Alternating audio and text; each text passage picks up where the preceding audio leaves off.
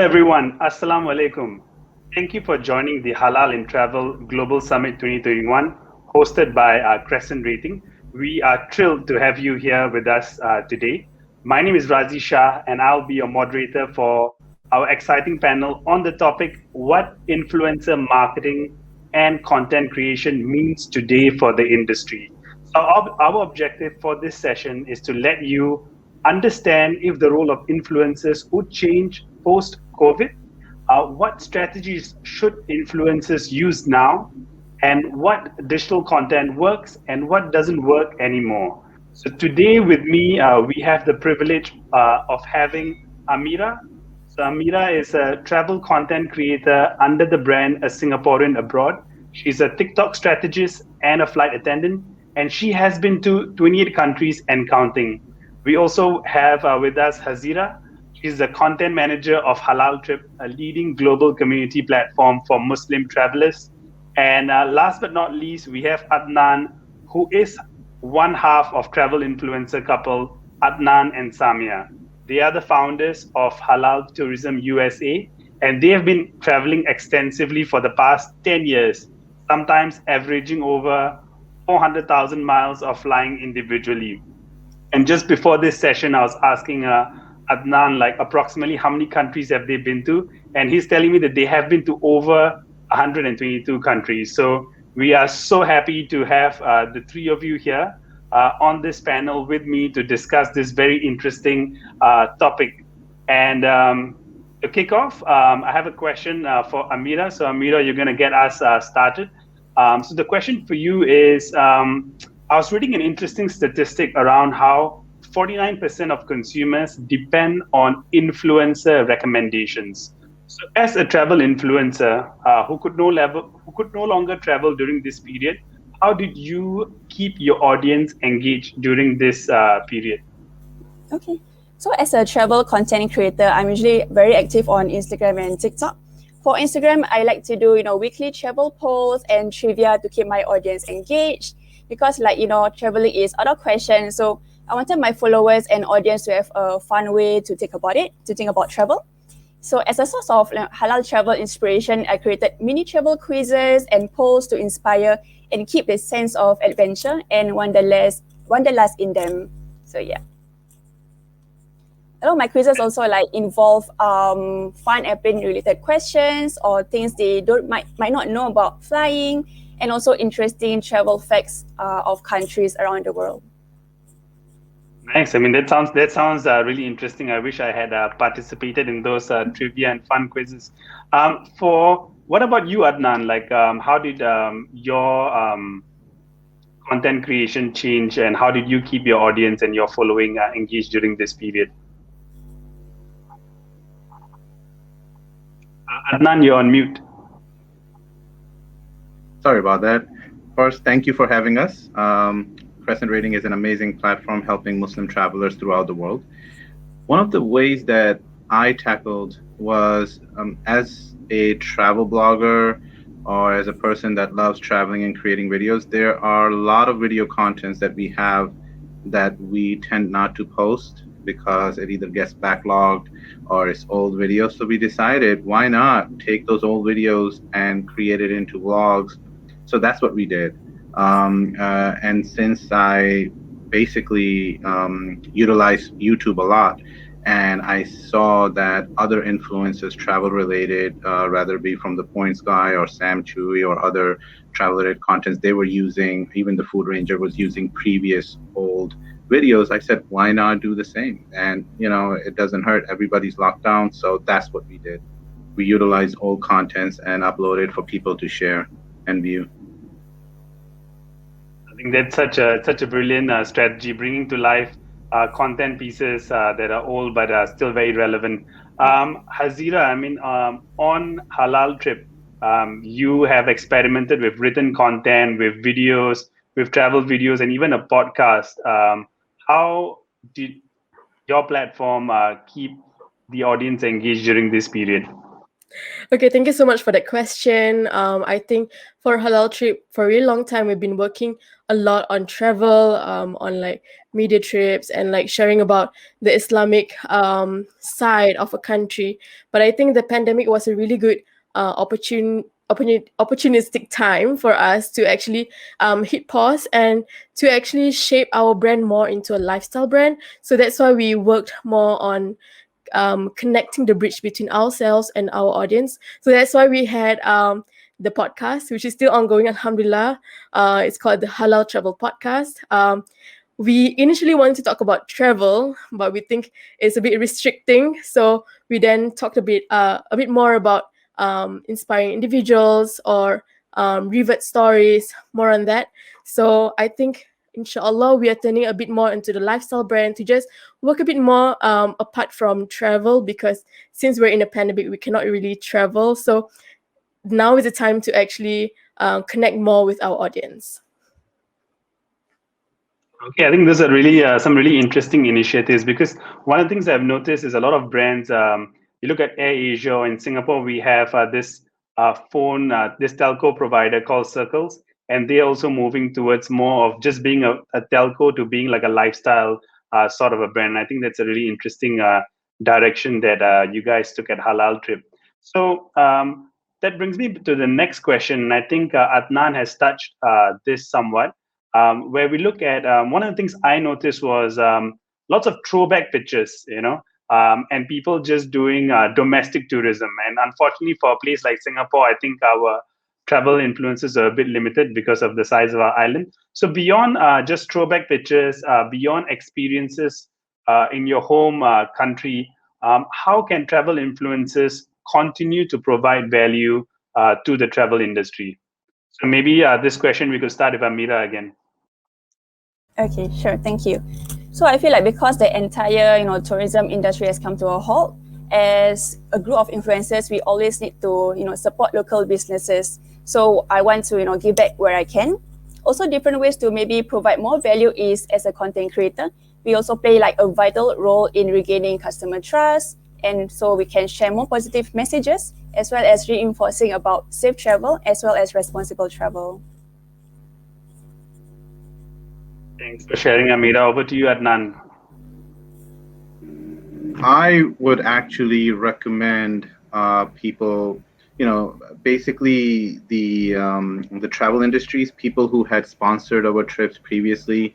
I would, basically talk to them and see how can we help. And it's complete shutdown, so they would just focus on motivational related videos for travel, or people that might be interested, for something to put it on their bucket list, things like that. We focused basically on that, and we focused on destinations that might not be something on people's list. How can we focus on that? How can we create future itineraries? What can we do? What are some destinations? What are some unique spots? We were talking with certain places that were not Muslim friendly. Like, for example, Mexico.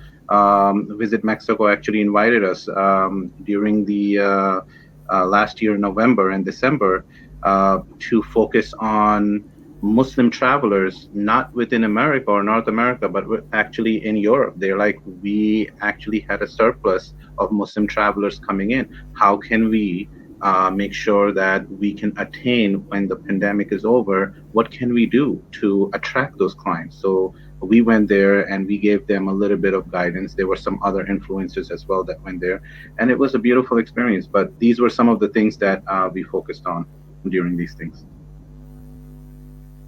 That's I think that's really inspiring. Actually, the motivational related content, getting people to feel inspired, and also to look forward and be hopeful to what is going to come for them in the future. And I think that's Exactly.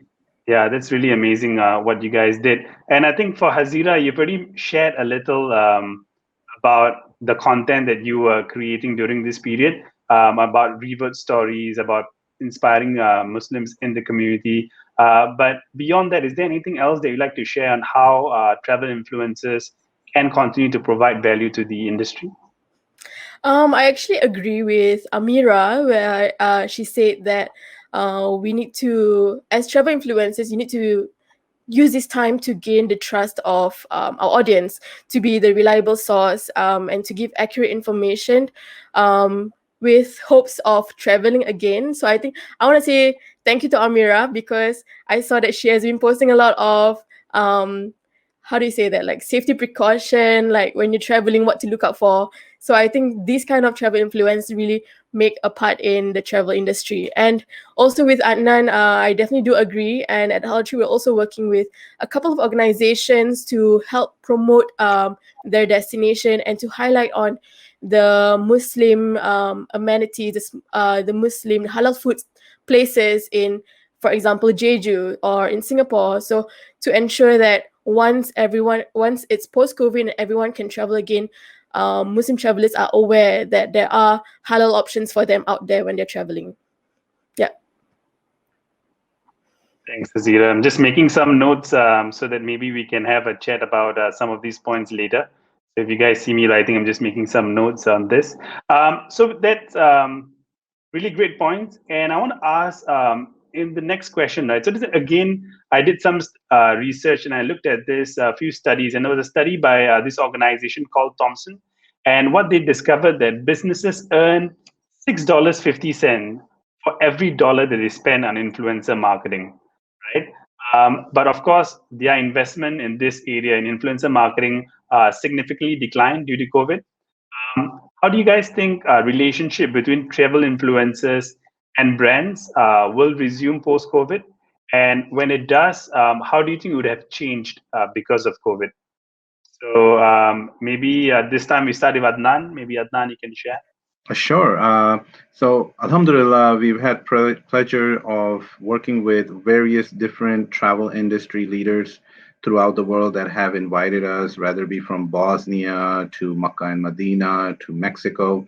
And one of the things that I personally have seen is that it has really impacted them drastically. I mean, some of these travel leaders or industry leaders in travel industries have been wiped out because of COVID. Some of them are facing bankruptcy. So you have to be very understanding.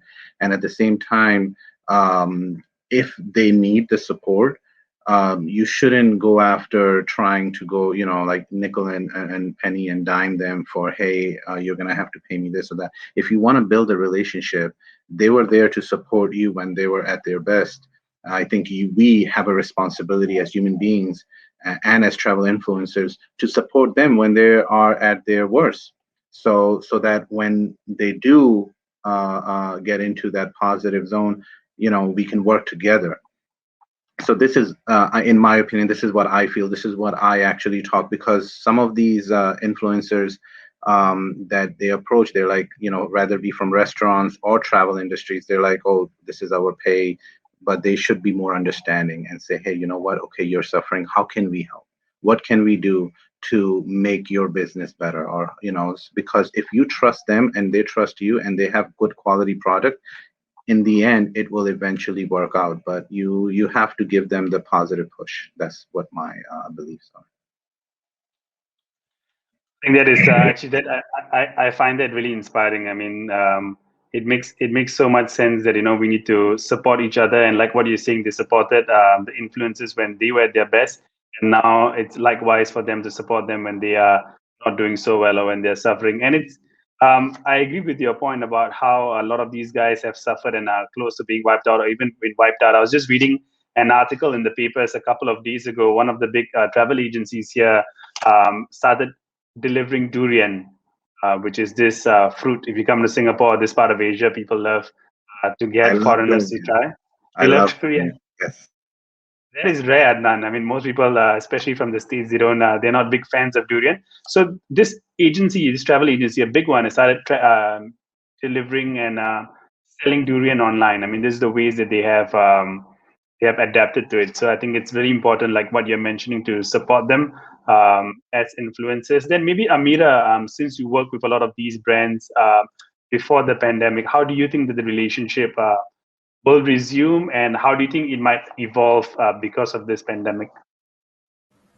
I believe that post-COVID, the relationship between travel influencers and brands will be even more pertinent, because content creators can foster inspiration and tell unique stories based from our own perspectives. I believe in future people will still be hesitant to travel, and both the brands and influencers can work closely to promote that travel is safe with all the measures put in place. I believe that what would change is actually more collaborative content and working together and supporting each other, such as more information of hard hit countries or destinations that struggle with a dramatic drop in tourism. Also promoting places with much less overcrowding, perhaps places such as road trips, nature places, and also island retreats. So definitely both of us, the brands and content creators, can leverage value in different ways and new ways, and also think of more strategies to promote travel rebound and goodwill opportunities to help each other and support each other to grow. Yes.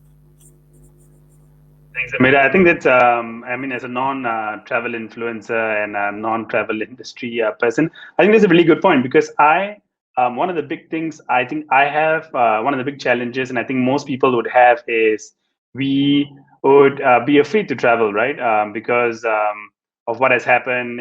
We've got vaccinated. Maybe we don't know if the destination we're going to is taking COVID as seriously, or what measures do they have in place. And even if they have these measures in place, are they sufficient to keep us safe, right?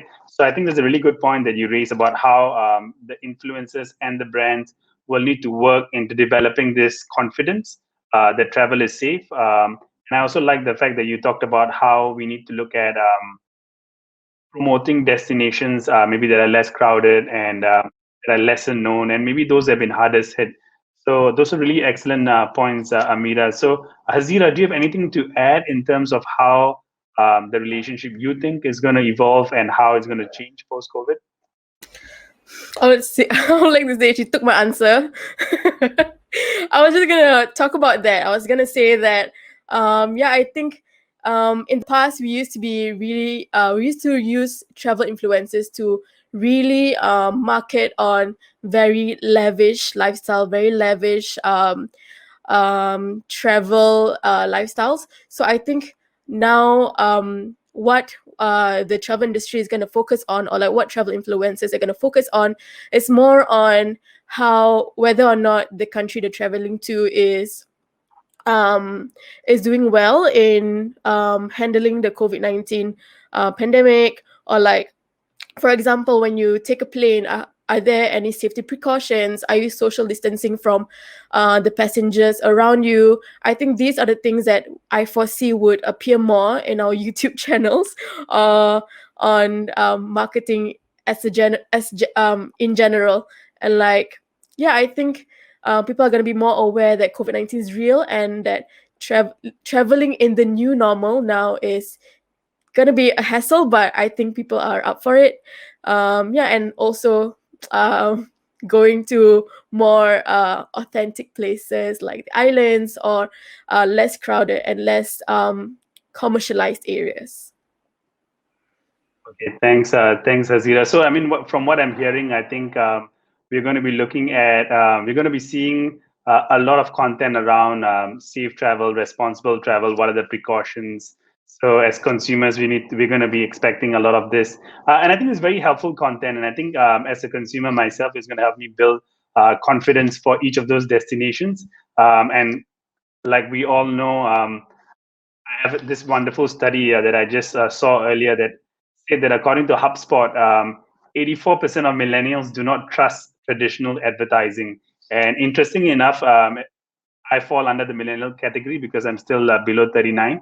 So yeah, if we don't trust traditional advertising, we rely on content creators and influencers like yourselves to tell us and to guide us to make sure that we do the right thing in terms of our travel decisions.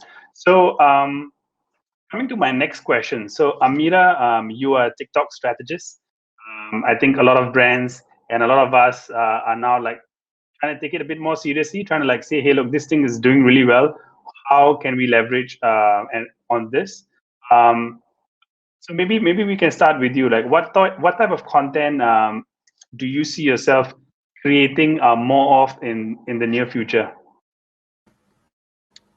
As a content creator, I try to readjust my branding and content to keep bringing more relatable, more creative, and authentic content. As for TikTok, I started like this series called COVID Travel News to help audience keep up to date with potential travel bubbles and what's happening nearby Singapore and also around the world. I feel like it's pertinent to get my audience excited about the prospect of traveling again, especially like after a long period of travel restrictions. So this is actually to create some buzz or the sense of looking forward to travel again and sharing more about the new normal of traveling. I also like to travel. I also like to share more about travel around Singapore, and also about my layovers when I travel, because people feel they want more authentic content and like more behind the scenes of what I do as a flight attendant, because I kind of get to travel still, except I'm still quarantined in the hotel. But this the kind of content which is more interesting, and people will get to see how things are like overseas away from Singapore. Yeah. I'm very intrigued when you shared about the COVID travel news. I think that is something that I follow. And in Singapore, we keep hearing about the travel bubble of Hong Kong. And what's gotten me really excited is the potential travel bubble of Taiwan. So thanks for sharing, Amira. I think we have a few more questions later to ask around TikTok later. But before that, let me ask Adnan. So Adnan, you're really active on YouTube. Really an impressive number of views that you have on your YouTube channel. You're active on Instagram as well. What about you? Like, what type of content do you see you and Samia creating more of in the near future? So, in the near future, we are actually talking about it. And one of the things that we saw on our YouTube, travel, airline videos, airline reviews are very big, and people love watching it. They like to experience it. They like to see it. So we want to focus on that more. Then there are other videos such as food videos. The second best would be food. So people love watching food videos. So these are two things that we would like to focus on. And we're thinking about actually traveling to Maldives, inshallah, if everything goes well this August. So everything in New York is completely open about 3 weeks ago. So it's as if COVID didn't exist. So that's what the governor opened up. So alhamdulillah, that opened up the door, and we've seen that again, based on what the sister said, we looked at destinations that were more safe to travel and less crowded. So one of the destinations that my wife was saying, hey, why not Maldives? And I said, you know what, that's not a bad idea, because it's a secluded location, less amount of people, and gives us the opportunity to travel and shoot some videos. So those are two things that we're looking forward to doing. Perfect. That's wonderful. I mean, airline reviews and food videos. I mean, the food videos I absolutely love. So I'll be looking forward to the content that you create. And I keep hearing about island destinations. So I guess island destinations need to prepare themselves for this influx of tourists that are going to come. And I've been reading quite a fair bit about Phuket and how Phuket has opened up. So that seems like the direction that the focus is going to be on. So coming to you, Hazirah, I mean, like we were discussing earlier, right? I mean, you and your team have always been experimenting with different content types, different platforms. You've done written, you've done videos, you've done podcasts. What type of content will you and your team be creating more of in the near future? So, a little bit of insight. We're working on Muslim visitor guide for Singapore, and we are. I think this year has been. We have been, Alhamdulillah. We're working on more on local content. So things happening in Singapore.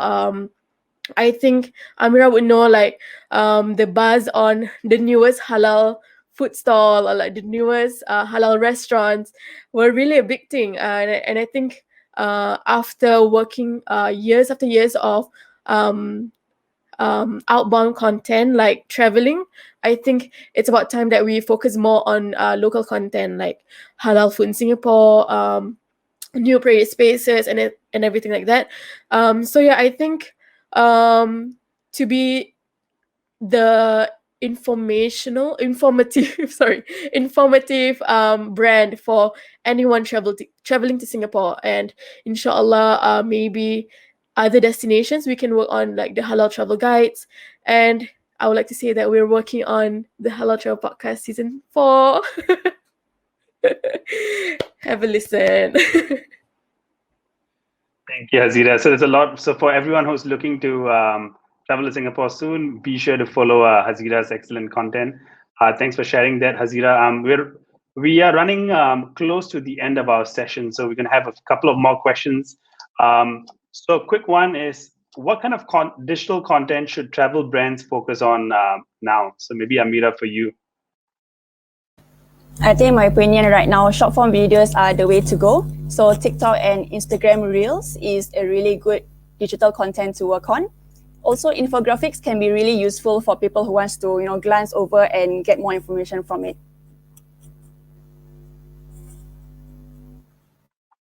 Thanks, Hazirah. What about you, Adnan? What kind of digital content do you think brands should be focusing on? I think, as Sister Amira mentioned, short videos are a big thing now. You have seen other platforms, including YouTube, now adding YouTube stories. And then they also have a YouTube beta version where they do have these short videos. So this is a big thing. And people are, because of TikTok, I think, people have changed their mentality of like not watching long videos. So they just want to watch 15 seconds, 30 seconds, swipe up. It's changing. It's completely changing. So we have to kind of adopt with it and see how we can, squeeze a 3-4 minute video into now less than a minute video to give that experience for the audience to watch it, but at the same time not be like, oh, it's a 1 minute video or it's 3 minute. They'd rather watch the 1 minute and not the 3 minute. Got it. Okay, so we're looking at a lot of short form videos and short videos, like what you mentioned. Hazirah, maybe we could have this question with you. What is your top tip for content creation? I think, just to add on a bit more on TikTok, I think one of the most difficult code to crack in TikTok is to make sure that whatever that you're featuring on your TikTok is relatable and authentic and as human as possible. I don't know if Amira would agree with me. It's really difficult for brands to do that, but I think it's going to be a challenge for anyone to stay in your TikTok channel, because if you overdo it, it might shoo them away. Yeah. I think honestly, I think that would be the main tip for me. I think to be human and to be relatable. I think we have learned from our past mistakes to not overdo it for brands. So yeah, I think to be human. Thank you, Hazirah, for that answer. I think I really like that. Be human, So we are running out of time. I'd love to have this conversation, and I think we can go on for another half an hour, even another half a day even. But thank you to all of you. Thank you for being such wonderful panelists, and thank you for such an engaging session today. So we learned from you the insights on what kind of travel content needs to be created. So you mentioned about how it's going to be a lot of content about how travel is safe, about how to build up the confidence, and how the industry needs to be looking at it from a more supportive and a collaborative manner. And you guys did share about your top tips and what kind of content brands should be focusing on. And I think we saw the insight was that we need to be focusing a lot on short form videos. So thank you again to the three of you. Thank you, Adnan, Amira, and Hazirah, for your wonderful insights. And thank you for all of you who are watching. Thank you for joining this session at the Halal in Travel Global Summit by Crescent Rating. Do check out the other interesting sessions we have on as well. Thank you, and Assalamu Alaikum.